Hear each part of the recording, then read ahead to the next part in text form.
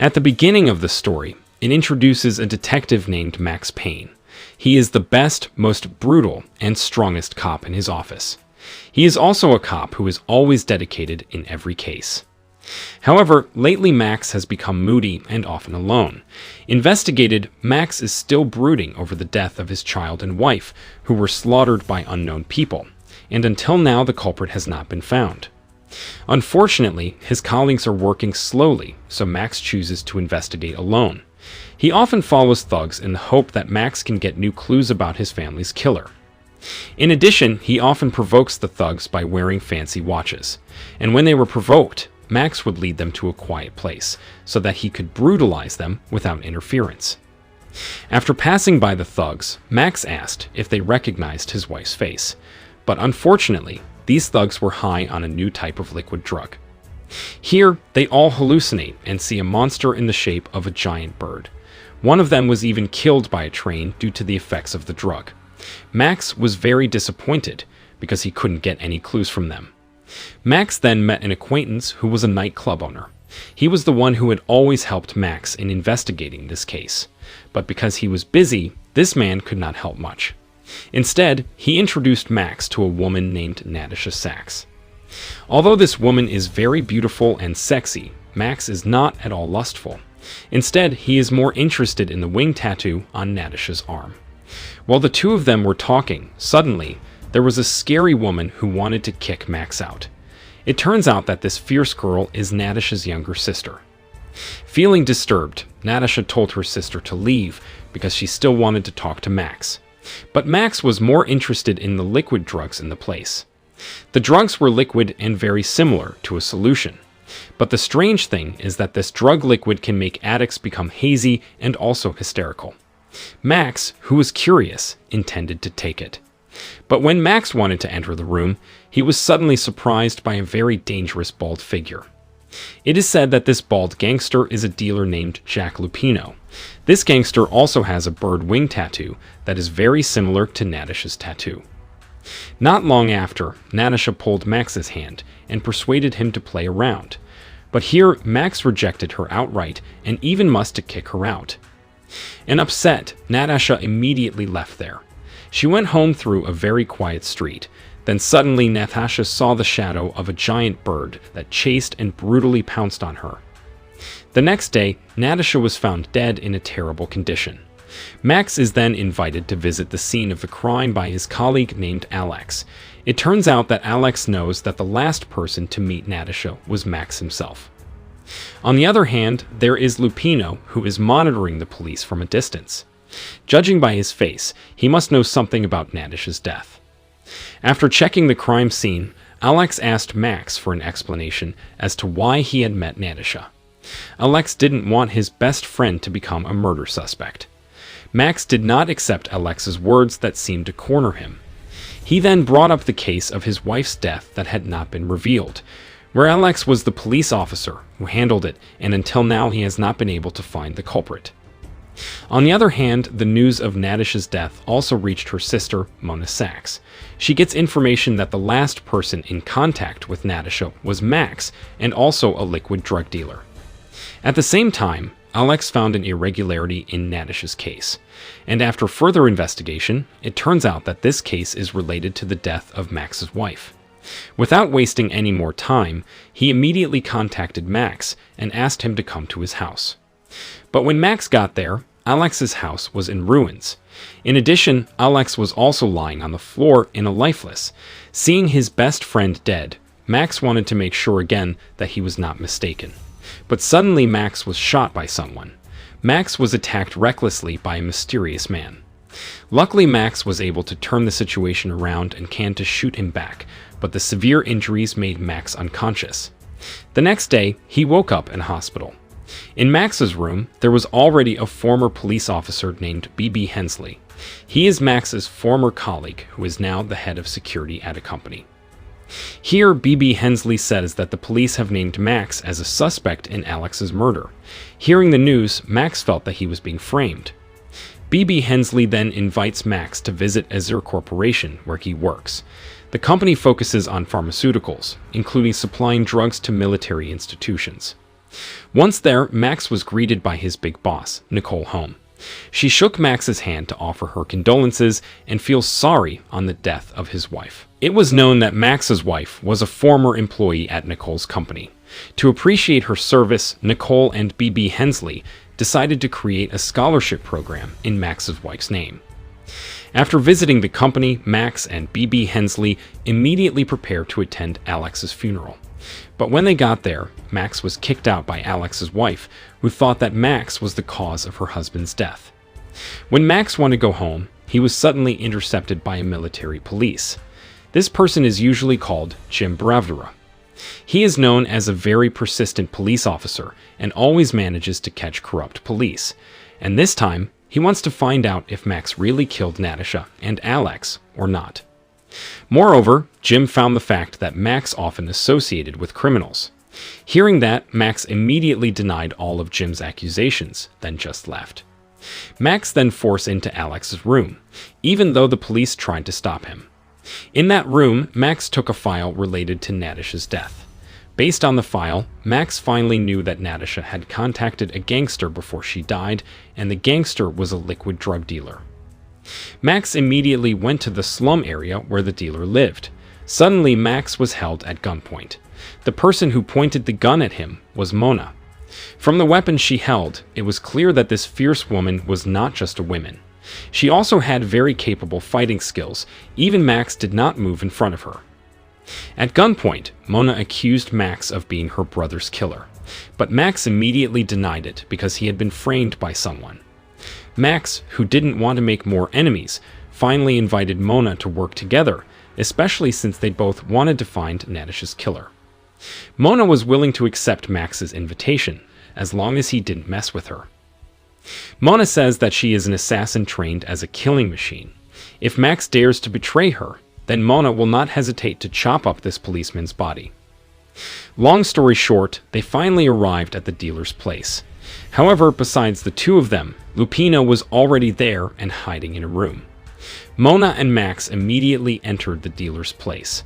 They were both surprised because the dealer was hallucinating and it looked like the gangster was in a trance because he couldn't hear any sound. Then suddenly, the dealer jumped out of the window after seeing the shadow of a giant bird. Before the dealer died, Mona and Max had seen a wing tattoo that was very similar to Natasha's tattoo. Mona then took Max to see a tattoo maker who was very familiar with the philosophy of the tattoo. The tattoo maker said that the vision of bird wings meant protection, but he suddenly scared himself when explaining the meaning of the tattoo, as if someone was watching from a distance. According to the tattoo artist, the first person to use the wings was Lupino. Not alone, he also forced all liquid drug addicts to wear the tattoo as a sign that they were his troops. Here is also revealed that Lupino was a very brutal and horrible person. He would often kill addicts who were just begging for money. The next night, Mona went to the headquarters of the hitman led by a mobster. Mona came to ask about the first person to distribute liquid drugs.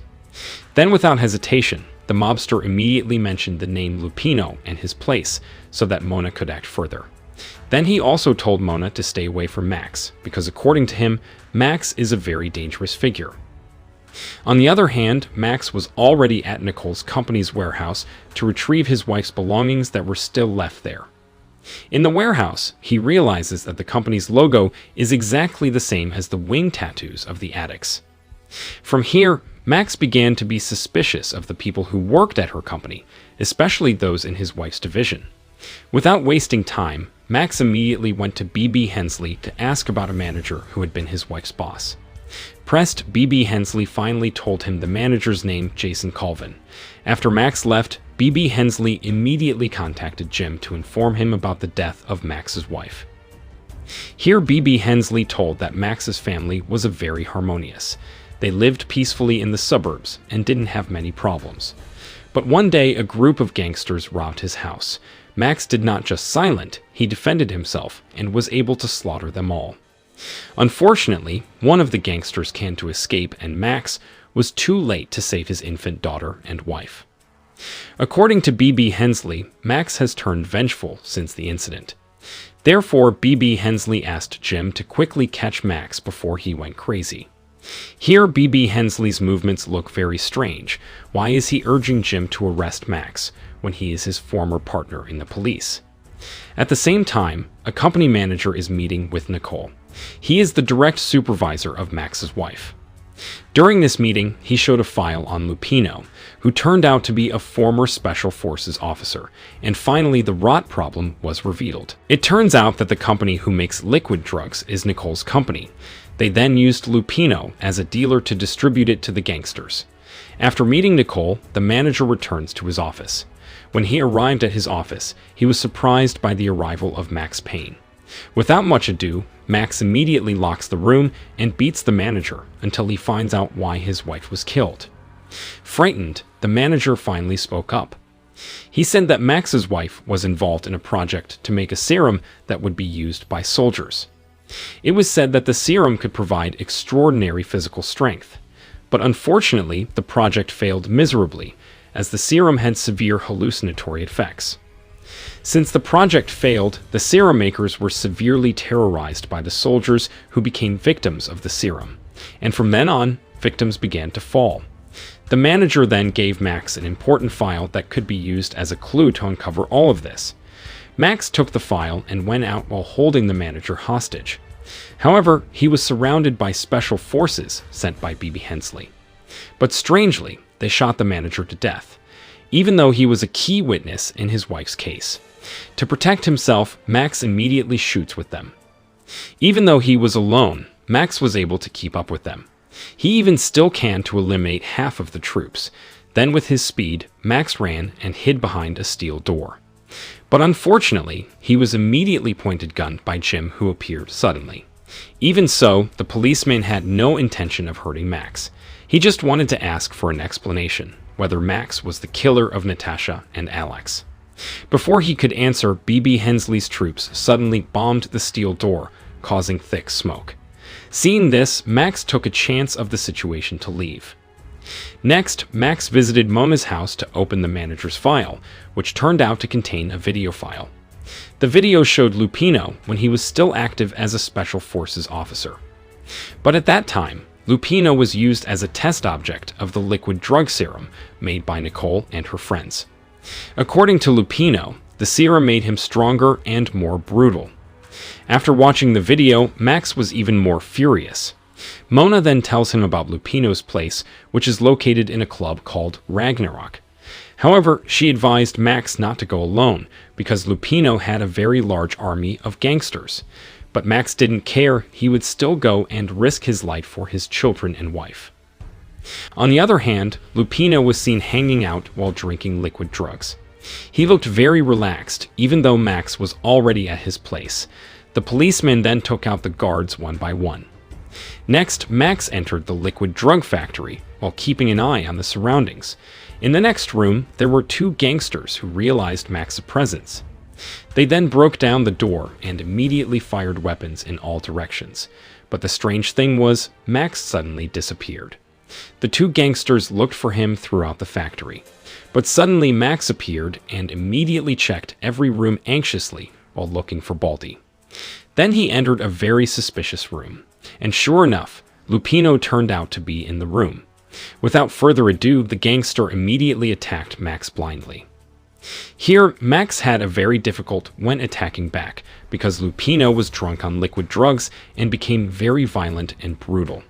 When Max was cornered, Lupino raised his sword to slash Max's neck. But suddenly Lupino was shot.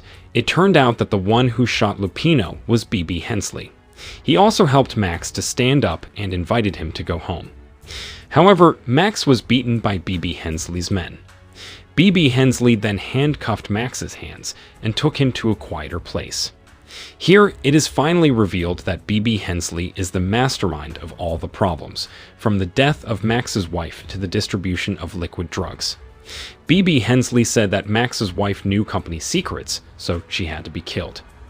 On the other hand, B.B. Hensley's reason for killing Lupino was because the distribution of liquid drugs had begun to be known by the police, and to cover up his crime, B.B. Hensley also had to kill Max. Not wanting to die silly, Max immediately turned the situation around, but because he didn't have a weapon, Max decided to jump into the freezing cold seawater. Seeing that B.B. Hensley and his men chose to leave, after all, Max would freeze to death, because the water in the sea was still mixed with ice and snow. And sure enough, Max started shivering and had trouble to swimming. But just as Max almost to die, he recalled the faces of his wife and daughter. It also reminded Max that his revenge had not been avenged. As a result, Max got up and was finally able to climb back to land. However, Max could not stand up because his body was frozen. He was no choice to drink liquid drugs so that his body could be stronger and could brutalize again. But inevitably, Max must feel the severe side effects where he will hallucinate like other addicts. At the same time, Jim has managed to investigate a case related to Max. From here, Jim asked the FBI for help to arrest B.B. Hensley and his friends. Meanwhile, B.B. Hensley was preparing to flee abroad. For secure, he was escorted directly by his best troops. But suddenly Max appeared and immediately attacked him blindly. B.B. Hensley and his men contacted Nicole to request helicopter assistance. They were both completely cornered because the FBI almost to arrive, while Max was going crazy by slaughtering his entire army. While he was in the midst of his brutality, Max suddenly felt dizzy and began to hallucinate. That he saw his late wife rising from the dead, then a giant bird demon that wanted to kill him. Seeing that, one of B.B. Hensley's bodyguards immediately shot Max. Fortunately, Mona appeared at the right time. Mona then helped Max to get up and chase B.B. Hensley, while she would finish off B.B. Hensley's rest of the troops. On the other hand, B.B. Hensley still hasn't gotten any help from Nicole, even though he has called her many times. It seems that Nicole decided to make B.B. Hensley a sacrifice, so that she would not be dragged into this case, especially since Max is getting closer to avenging Dunn. At the same time, one of B.B. Hensley's henchmen had planted a bomb in the building, but since he was almost dead, he decided to detonate it so that he wouldn't die alone. Luckily, the bomb explosion didn't injure Max, so he could still chase after B.B. Hensley. Arriving on the roof, Max was greeted by a shot from B.B. Hensley. Despite being shot, Max felt no pain at all. After B.B. Hensley's bullets ran out, Max raised his gun and shot B.B. Hensley to death. The FBI surrounded Max on the roof of the building and would soon arrest him. Meanwhile, Max began to feel pain all over his body. He had actually given up if he had to die right now. But suddenly, the vision of his son and wife reappeared. They indirectly asked Max to stay alive. Along with Max, who survived again, then the movie ended.